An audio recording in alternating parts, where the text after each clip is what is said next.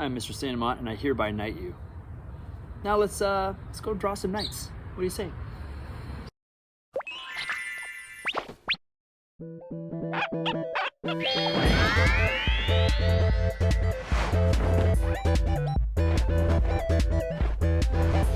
Oh, Chubbicorn.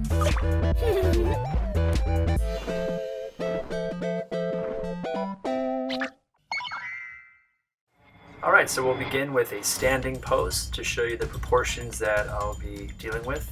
There's the helmet, straight lines for the shoulders, very boxy torso. And then I will add hips, and then legs below the hips. But it's important to remember the proportions. So from the head to the bottom of the torso should be the same length as from the bottom of the torso to the ankles. That's the center point of a person. And then the feet are extra, so I'll add the feet on the bottom, or the lower legs, the other foot there. And then as far as the arms go, we're going to the shoulder to the elbow is going to be the same length as from the elbow to the wrist. So you see I brought the elbow down to where the rib cage would be on either arm. And then we're going to add the forearm, which will be the same length as the upper arm. So just a reminder, we have the upper body from the head to bottom of the torso, and then we have those two similar space lengths for the arm. Now, of course, the helmet adds some height, so keep that in mind too. All right, so this knight will be holding a double hilted greatsword for this particular pose. You'll see there's a small hilt and a larger hilt. So this is a two-handed sword.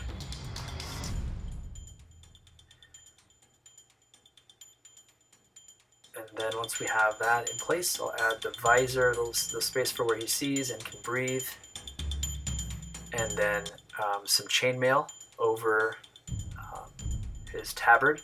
Now the tabard is an elongated tunic that some knights wore. He's also going to be wearing gloves. I didn't add chainmail sleeves, but you can add those. I did add a chainmail, it's kind of like a centerpiece that hangs down below between the opening of the tabard. So you can see the tabard cinched off by a belt around the waist, or high-waisted right there, and then there's two flaps in the front, and then there's also a split in the back. And then I'll have him wearing just some standard boots. You can add more detail to your own drawing. Feel free to. This next pose will be a striking pose. The knight will be holding the great sword over his head with both hands, and we're mostly going to see his back or his side. So I have the head. I notice I drew a gesture line, that sweeping line to the lower right. That's going to tell us where the torso is angled plus the leg, one of the legs. So we have the front leg carrying most of the weight, and then the back leg will be trailing. Keep in mind the proportions between the legs and the torso.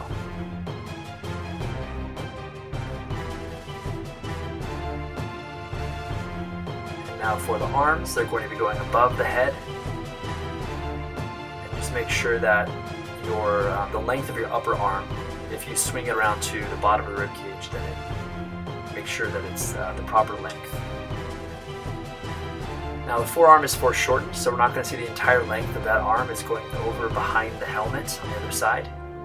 And then you do see a bit of the other hand on the other side. We won't see any of his arm because it's behind his helmet.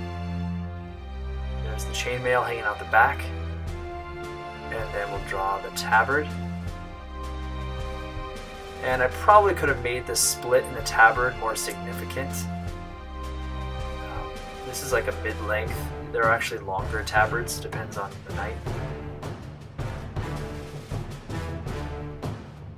So the split allows for mobility. If it were webbed across like a skirt, then it would cut off a lot of the movement. So like I said, I should have probably split the back of it a bit more. I think that's a little more accurate to make it more mobile, a bigger flap, I guess you'd say.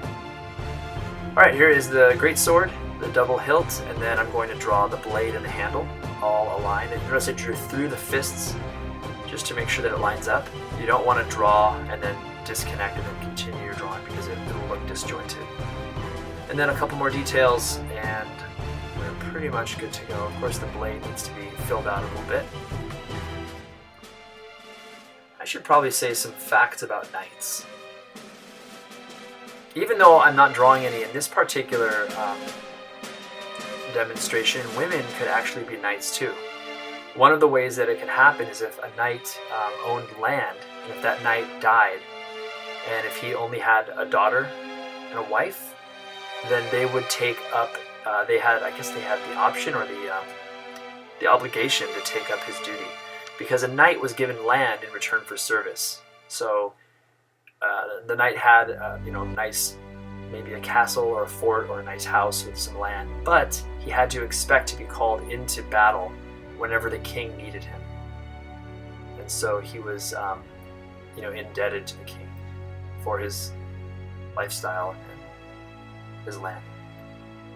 All right, so this one is going to be another striking pose, but this is like maybe this knight is making contact with an enemy's shield or sword.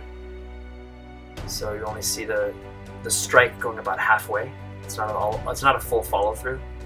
And then there's the tabard. Notice I'm drawing a little bit faster. I've sped this up just because this is such a long demonstration. 22 minutes is a long time for anybody to sit and watch this. So feel free to slow down the video or pause frequently. If you slow it down, you may want to mute it because I would sound like an ogre in slow motion. All right, this one is one-handed follow-through. So you'll see I tilted the torso, and there's that hole for where the arm socket, or that's like the arm socket will be there. I brought the leg up, so the thigh is foreshortened, and then the other leg where that gesture line goes down will be planted in the ground there. So it's as if the knight is stepping up on a rock or on some step or something and striking. Now these poses were sourced from various books and internet resources, but I did change them all to be consistently a crusader type knight with the tabard and the type of helmet. This particular knight also has a shield. A little bit of history. My last name has connections with the Knights Templar. There was an MisterSaintAmant who was a Grand Master of the Knights Templar. He was the 8th leader of the Knights Templar at one point, and yeah, it's a kind of interesting little history there. So there's the sword strike, and then I'm just adding some detail. There's the tabard at the back. I'm solidifying the boots, and then you see that rectangular piece between the legs. That is chainmail protective, just kind of an extra flap. Goes underneath the tabard. This next one is another defensive. Actually, it was our first defensive, First defensive post, or pose. You can see I have the head, torso, I'm drawing the legs. I know it's really fast, I apologize here. You notice I did draw a gesture line, and I'm building those legs, especially the one on the ground, along that gesture line. The leg that's bent in the background kind of shows this knight is off balance. So we have the sword crossing the helmet in front. So there's this like a defense position, and then there is the tabard, and then the piece of chainmail flapping along with the legs there. How about another fact? Does that sound like an idea? So knighthood was definitely not for peasants because it was so expensive. Knights had to pay for their own armor and the upkeep of their weaponry. And so you can imagine that was a high cost because the metal was custom. It was made for the knight's body. And so therefore it was very expensive and hard to come by. And also you had to maintain your home and servants. So not for somebody who didn't have a lot of money. So for wealthy families, they got to be knights. So this is a standing pose, like after battle. We will see a scabbard here, so notice I didn't draw the sheath or the scabbard for the sword elsewhere. This is after battle, so the knight has a sword over his shoulder and is more at ease.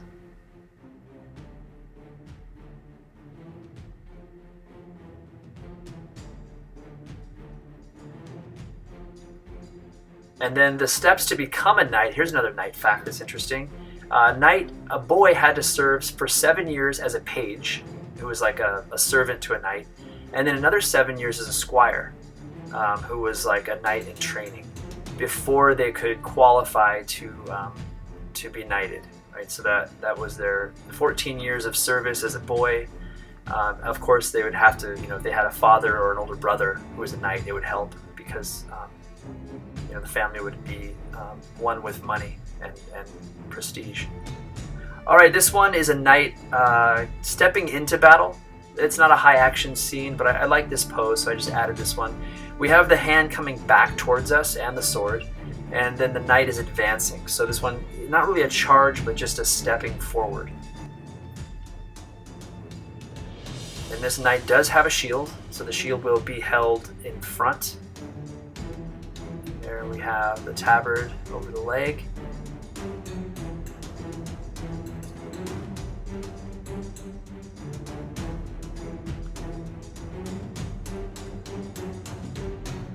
So a lot of erasing because I like to draw the form first, make sure that it lines up and is proportional before I add the clothing.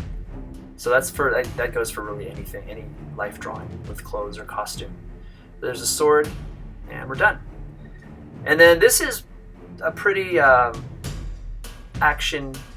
intense action pose. This is a full swing above the head, just a different angle. The knight is really stepping into this activity here, or this sword strike. So two-handed, great sword. And you can see stepping pretty intense, a lot of weight shifting there from one foot to the other as the sword is ready to be struck down in a downward position. And I realized I made the legs, I think, a bit skinny on this one. In fact, most of the knights, he's a pretty skinny knight. Not a lot of armor or extra weight on this one. So feel free to bulk up your knight if you are drawing, for a project. All right, next page. So we have this particular pose this could be seen as either a wind-up, like ready to swing, or the knight has just swung his sword and is ready to, gather his balance or swing his sword again. So it's kind of a mid-swing or end of the swing, or I don't know, maybe before the swing. It's hard to tell. I forget where I resourced this one from. So wide stance.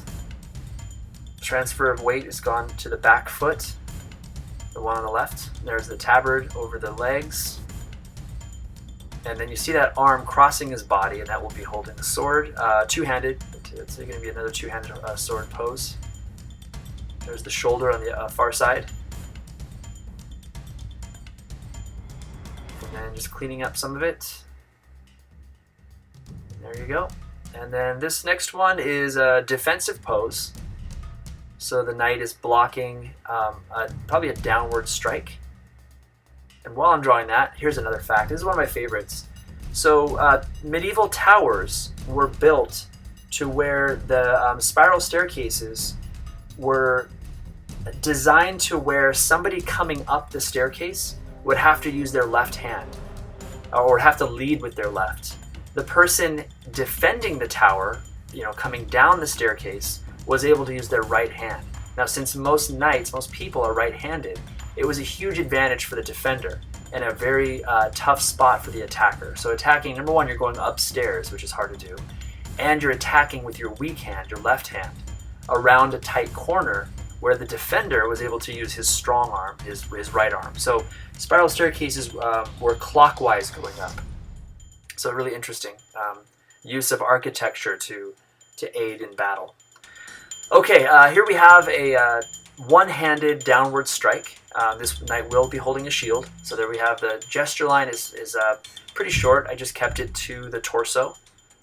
And then there's the leg. I'm drawing, just kind of establishing both legs.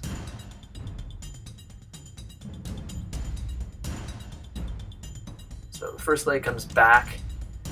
He's kind of standing on the ball of his foot, and this other leg stepping forward.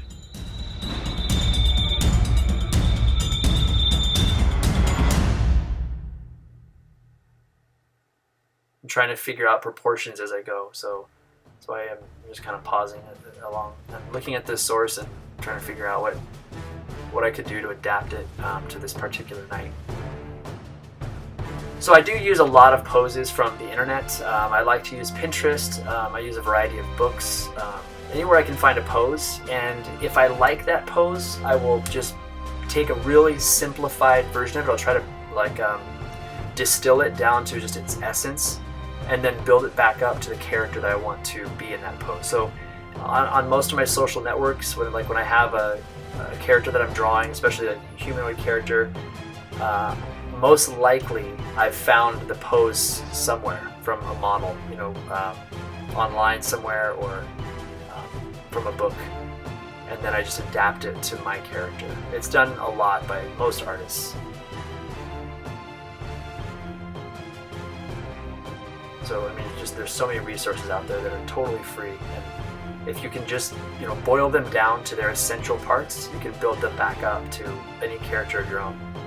All right, so the legs forward, there's the tabard over the knee, and then we have connection back there from the entire lower hemline of that tabard. Then we have the arm, glove, and then fist, one-handed sword strike, like I said, the other hand is with the shield. And then the foot firmly planted forward.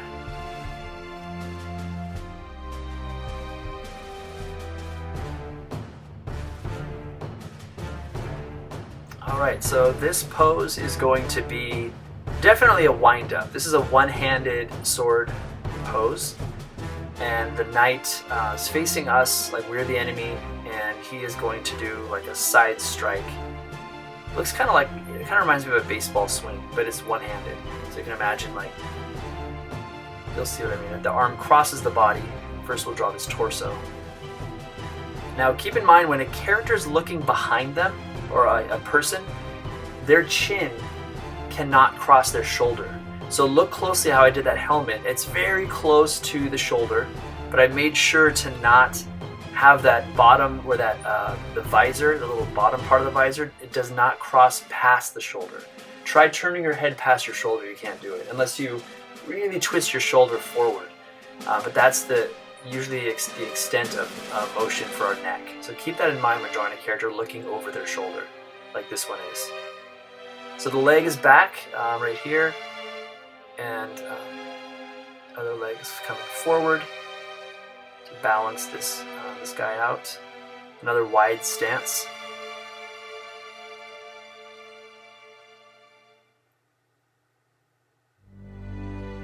And then we're going to draw the sword right back behind his head there.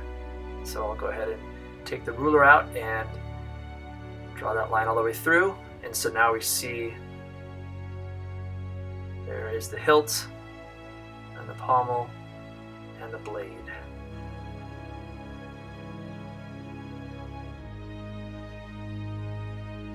So it's a lighter sword, one-handed. You could easily swing that. Well, not easily. My dad has a sword, and he got it in Spain a long time ago. And when I was a teenager, I took it off of the wall. It's in the garage, in my parents' house garage, and took it off the wall. And I thought, oh, this would be so cool to swing around. It was so heavy. I was shocked how heavy it was, how dense the metal was. For a very humble-looking sword.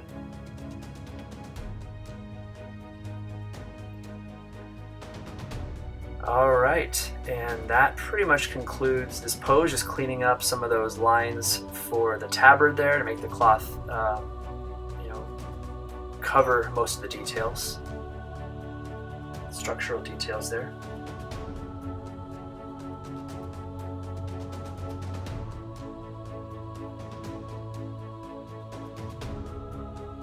Alright, so this last pose is going to be a knight resting, crouching on one knee. So this could be like a humble pose there. So here's the torso, the hips, and then I'll just draw the legs down below that, keeping in mind the proportions. There's a little bit of chainmail coming out, like a chainmail bib. And then one leg will be coming forward. So this knight is down on one knee, like at rest.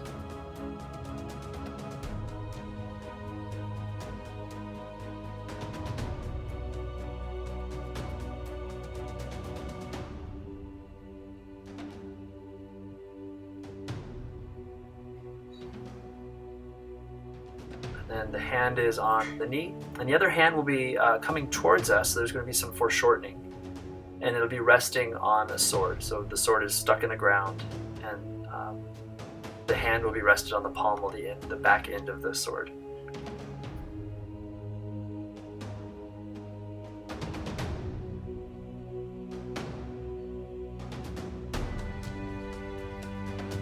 So there's the hand, the arm, and the forearm all together in a very small space, foreshortened. And then a short, probably a one-handed sword here.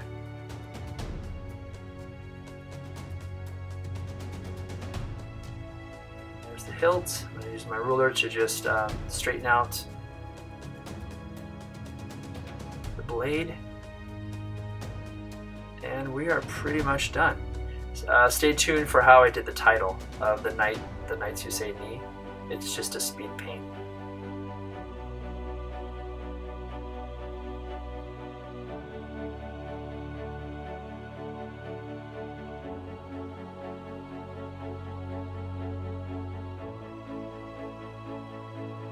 Alright, so here's the title, and I originally drew this wrong, actually. So you can see the line art with the top of the helmet and the beard. I saw a bad photo from the movie, and I thought I was right, but I was actually wrong. So you'll see me correct it later. I just came up with a knight. I like this font. I use this pretty much for everything. But there I added the beard, I added some hair, and then changed it up a little bit before adding some color. So I hope you enjoyed this video. Thank you so much for watching, and stay tuned for some more. So thanks.